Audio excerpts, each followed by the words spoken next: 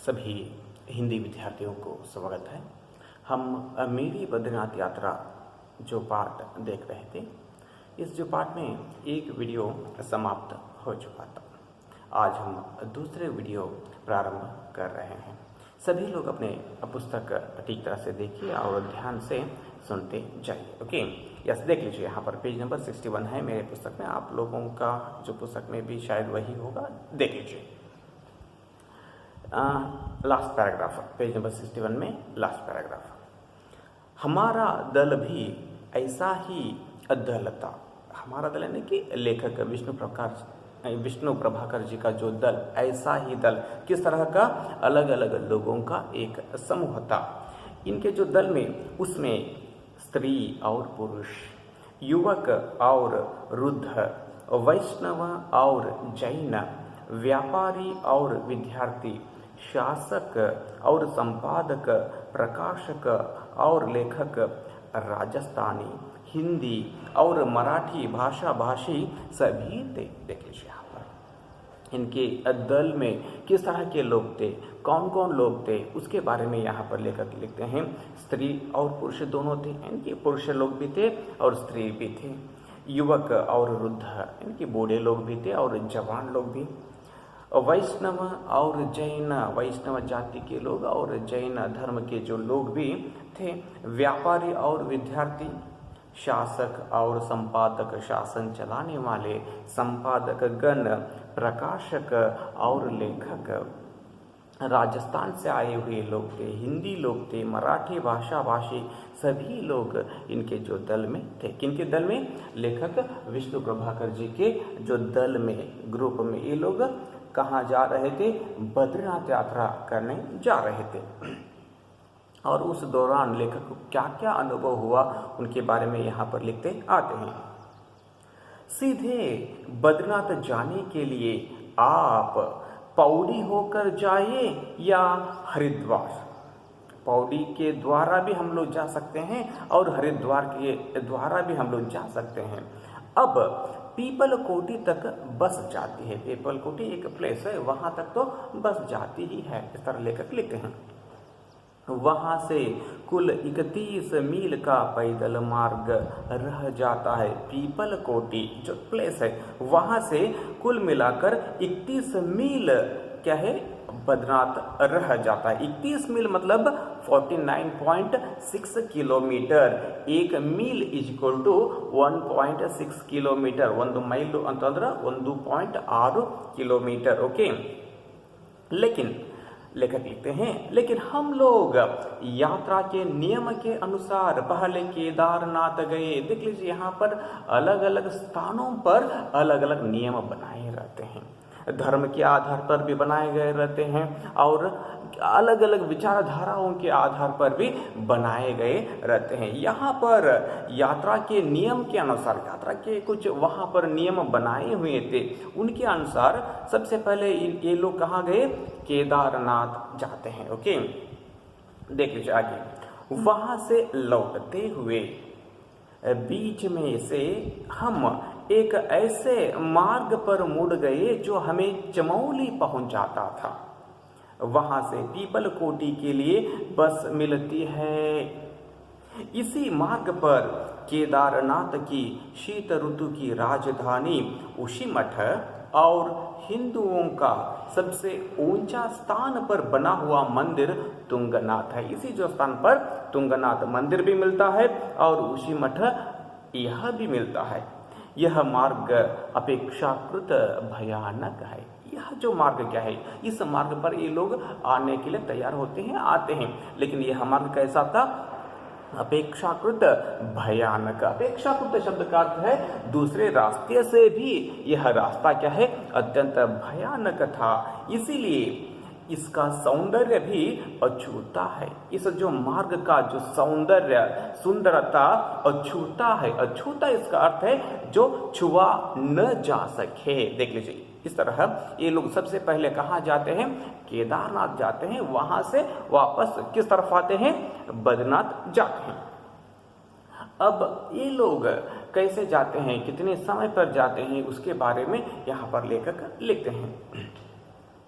हम प्रतिदिन सवेरे 3 बजे उठते थे, सुबह 3 बजे। देख लीजिए यहाँ पर लेखक लिखते हैं, वहाँ पर उनका जो अनुभव के संदर्भ में अनुभव क्या क्या हुआ है, तो सुबह कितने बजे उठते हैं उसके बारे में लिखते हैं। बिस्तर समेटते हैं, सुबह उठ जाते हैं तो अपने बिस्तर को भी समेटते हैं। नित्य कर्म से छुट्टी पाते हैं, सुबह जो जो कार्य हैं उन सारे कार्यों को पूरा करते हैं। छुट्टी पाना मतलब उन कार्यों को पूरा करना।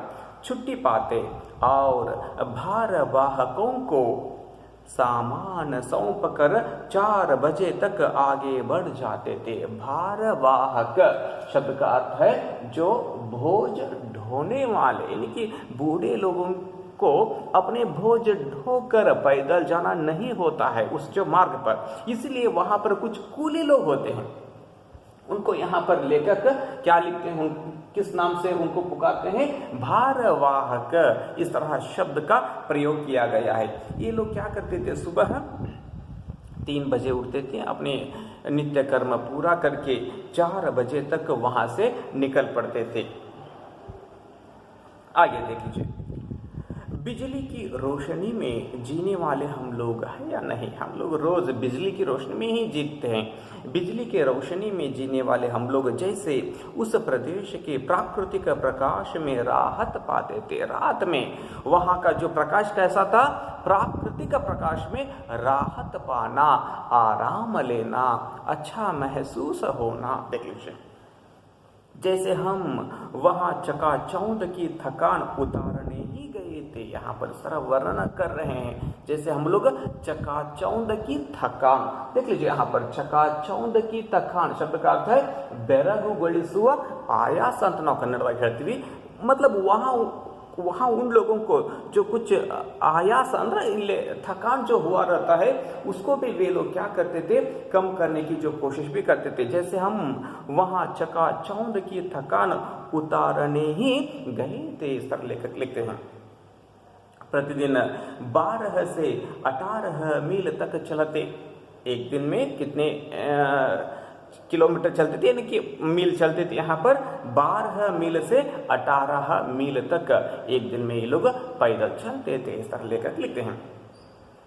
कहीं ऊंचा उठता चला गया पथरीला पत्थर। देख लीजिए, जब ये लोग पैदल चल रहे हैं एक एक जगह पर, कहीं ऊंचा उठता चला गया पथरीला पथ, पत्थरमय रास्ता, यानी कि पहाड़ को चढ़ना होता था एक एक जगह पर। कहीं नीचे भागता हुआ चट्टानी मार्ग, जब ऊपर चढ़ते हैं तो फिर से नीचे आना पड़ता है।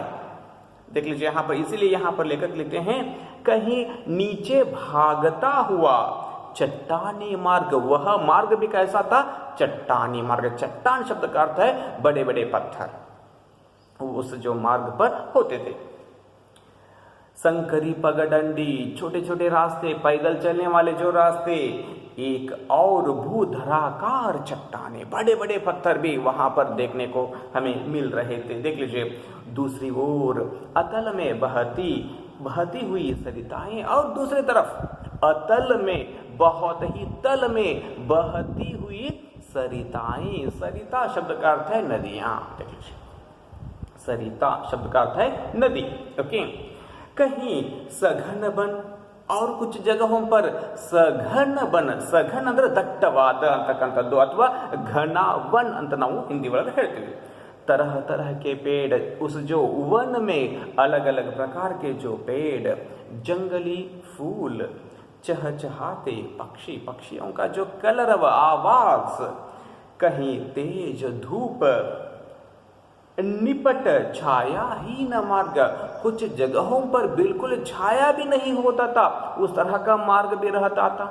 देख लीजिए यहाँ पर, कहीं भयंकर शीत और कहीं वर्षा, बर्फ, तूफान, अलग अलग जो प्रदेश, उस जो प्रदेश में क्या है, अलग अलग वातावरण इन लोगों को देखने को मिल रहा था।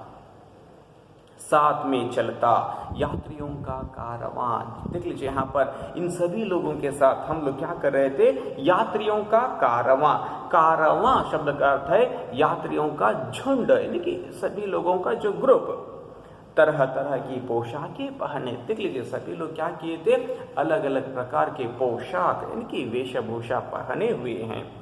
तरह तरह की बोलियां बोलते, अलग अलग प्रकार के अलग अलग भाषाओं को बोलते हैं, बोलियों को बोलते हैं। धनी लोग भी आए हैं, निर्धन लोग भी आए हैं, स्त्री भी आए हैं, पुरुष भी आए हैं, बालक बूढ़े, कुछ तो आंखों में समा कर रह गए हैं। सभी लोग अपनी आंखों में भगवान को या अलग अलग विचारधाराओं को समा कर हम सभी लोग कहाँ जा रहे थे, बद्रीनाथ यात्रा जा रहे थे। इस तरह लेखक यहाँ पर लिखते आते हैं। तारकेश्वर की वह 83 वर्ष बुढ़िया, देख लीजिए तारकेश्वर नामक एक स्थल है, वहां से एक बुढ़िया आई थी। उसका आयु कितना है, 83 वर्ष की। देख लीजिए यहाँ पर 83 83, जिसके मुंह में दांत न, पेट में आंत। उसके मुंह में बिल्कुल दांत भी नहीं थे, और यहाँ पर लेखक लिखते हैं उसके पेट में आंत भी नहीं थे। यानी कि आंत यानी कि ನಾವು ಕನ್ನಡದೊಳಗೆ ಕರಳು ಅಂತ ನಾವು ಹೇಳ್ತೀವಿ। ओके, 8 वर्ष की वह प्यारी बच्ची संध्या, 8 वर्ष की एक लड़की भी आई है, छोटी लड़की, उसका नाम है संध्या, वह भी यहाँ पर आई है करके लेखक लिखते हैं। जो 200 मील के उस दुर्गम पथ पर पैदल चली। देख लीजिए उस दुर्गम पथ, कठिन पथ पर 200 मील पैदल से चली आई है करके लेखक यहाँ पर लिखते आते हैं। बंगाली दल की वह धर्म भीरू तरुणी, बंगाली दल, अलग अलग दल है यहाँ पर। बंगाली दल यानी कि पश्चिम बंगाल का एक जो ग्रुप था उसको बंगाली दल, इस तरह लेखक लिखते हैं। बंगाली दल की वह धर्म भीरू तरुणी, धर्म से डरने वाले, धर्म भीरू शब्द का अर्थ है धर्म से डरने वाली जो तरुणी, एक जो तरुणी, तरुण शब्द का अर्थ, तरुण जो पुल्लिंग है, तरुणी स्त्रीलिंग है। ओके, जब भी बोलती आदर और स्नेह छल छला पड़ता। देख लीजिए वह जब भी बोलती थी बहुत ही आदर से वह बोलती थी, बहुत ही सूक्ष्म रूप से, बहुत ही अच्छी तरह से वह बोलती थी। इस तरह लेखक यहाँ पर लिखते आते हैं। आंध्र देश की वे कन्याएं, देख लीजिए यहाँ पर आंध्र देश शब्द का अर्थ है आंध्र प्रदेश से जो कन्याएं, जो लड़कियां, कन्या शब्द का अर्थ है यहाँ पर लड़कियां, जो टोपे पहने, वे लोग क्या किए थे, जो उनका एक ग्रुप था, वे लोग टोपे पहने बराबर गाती रहती, गाना गाती हुई वे सारे लोग आ रहे हैं। और उत्तर प्रदेश का वह बातून, देख लीजिए उत्तर प्रदेश से, और एक जो व्यक्ति, एक व्यक्ति के बारे में भी यहाँ पर लिखते हैं, वह बातून, बातून शब्द का अर्थ है बहुत बात करने वाला, उसे हम क्या कहते हैं, बातून बोलते हैं। पर बड़े दिल वाला बूढ़ा, वह कैसा था, उसका दिल बहुत ही अच्छा था। वह एक बूढ़ा जो व्यक्ति, देख लीजिए क्यों यहाँ पर उसका दिल अच्छा है, यहाँ पर लेकर देखते हैं, जो पति पुत्रहीना अपनी बेटी का शोक कम करने के लिए उसे यात्रा करवा रहा था। देख लीजिए वह जो बूढ़ा व्यक्ति अपनी बेटी को साथ में लेकर आया है, उस बेटी का पति का भी मौत हो चुका था, पुत्र का भी मौत हो चुका था, इसलिए वह जो लड़की, वह जो स्त्री बहुत ही दुखी थी। उस दुख को कम करने के लिए वह क्या किया है, अपनी बेटी को यात्रा करवा रहा था। उनमें कुछ घोड़ों पर थे, देख लीजिए यहाँ पर कैसे जा रहे थे उसके बारे में भी लिखते हैं। यहाँ पर कुछ लोग घोड़ों पर बैठ कर आ रहे थे, कुछ डांडी पर, डांडी शब्द का अर्थ है लंबा पतला डंडा, डंडे के ऊपर जो पांव रख कर, इनके पांव के नीचे क्या है, बड़े बड़े डंडा पहने रहते हैं अथवा बांधे रहते हैं, उसके ऊपर चलते रहते हैं। ओके, डंडे पर कुछ कंडियों में भी थे। कुंडी यानी कंडी शब्द का अर्थ है एक प्रकार का जो टोकरी जो पीछे डाला गया रहता था, उसमें बच्चे बैठे थे, शायद कि छोटे छोटे बच्चे उसके अंदर बैठकर आते थे, वैसे कंडियों में बच्चे बैठते थे। देख लीजिए यहाँ पर दिया गया है। अधिकांश यात्री पैदल चलते हैं, उन्हीं के साथ धीरे धीरे चलते हैं भोज से दबे कूली और हांपते डांडी वाले। उन सभी लोगों के साथ बोझ से दबे हुए कूली लोग भी आ रहे हैं और हांपते डांडी वाले, हाँपना इस तरह जो क्या है क्रिया करते हुए, व्यवहार करते हुए जो आते हैं, उन लोगों को हम हाँपना बोलते हैं। यहाँ तक इस दूसरे वीडियो को समाप्त करेंगे। फिर अगले वीडियो में अगले पार्ट को, यानी कि इस पार्ट का आगे का जो भाग को हम लोग देखेंगे। धन्यवाद।